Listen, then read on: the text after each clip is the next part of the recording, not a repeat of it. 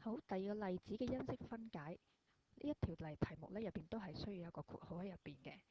咁咧，我哋第一個步驟咧都係睇下有啲乜嘢嘅變數或者數值咧係可以一樣抽出嚟啦。咁我哋見到咧有一個 P 啦，咁同埋4同2咧可以抽因式嘅。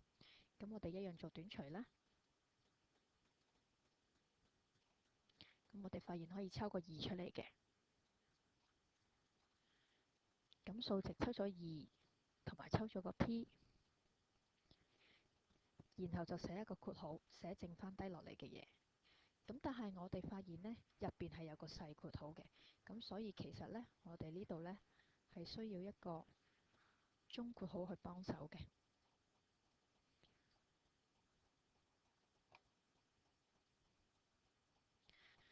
咁4除咗2之後就剩翻個2啦，跟住剩翻 R，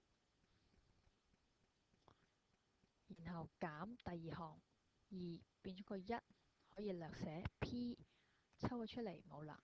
咁其實只係剩翻呢括號，咁我哋照寫翻落去啦。括號 Q 減 3R，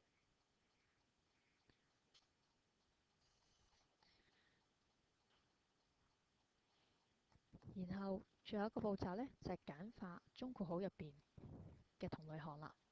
咁你見到入邊係有細括號嘅，咁所以我哋呢係需要先拆咗個細括號先，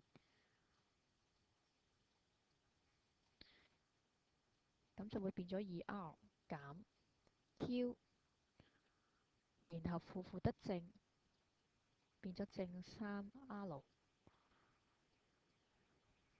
咁最後我哋發現呢係有同類項嘅，可以做合併嘅。